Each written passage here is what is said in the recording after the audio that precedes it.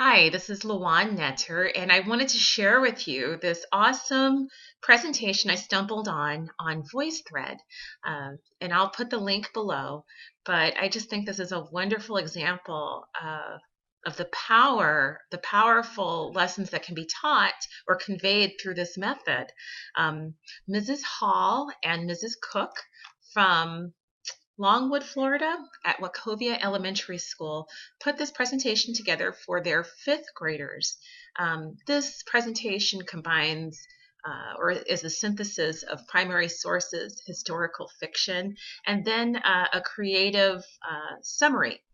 Mrs. Cook had her, I'm sorry, Mrs. Hall had her children or her students create two-voice poetry to go in to coordinate with each of the images in the slideshow. And it shows the learning that took place. It really demonstrates the learning that took place during this process. And I just want to show you how to navigate through VoiceThread. It was new to me, and it took me a minute to figure out, so I thought maybe I could save you some time. There are 11 images in this presentation, and you can see that up here at the top of the screen.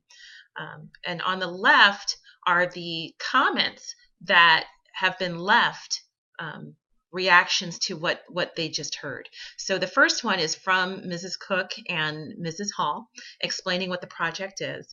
And then as you go on, it'll just play, and you'll hear or read or see the comments that other people have made on this first page of the slideshow. When you're ready to move on, over here is the slide deck. It's controlled by these arrows over here. Just click this one and you'll advance to the next screen.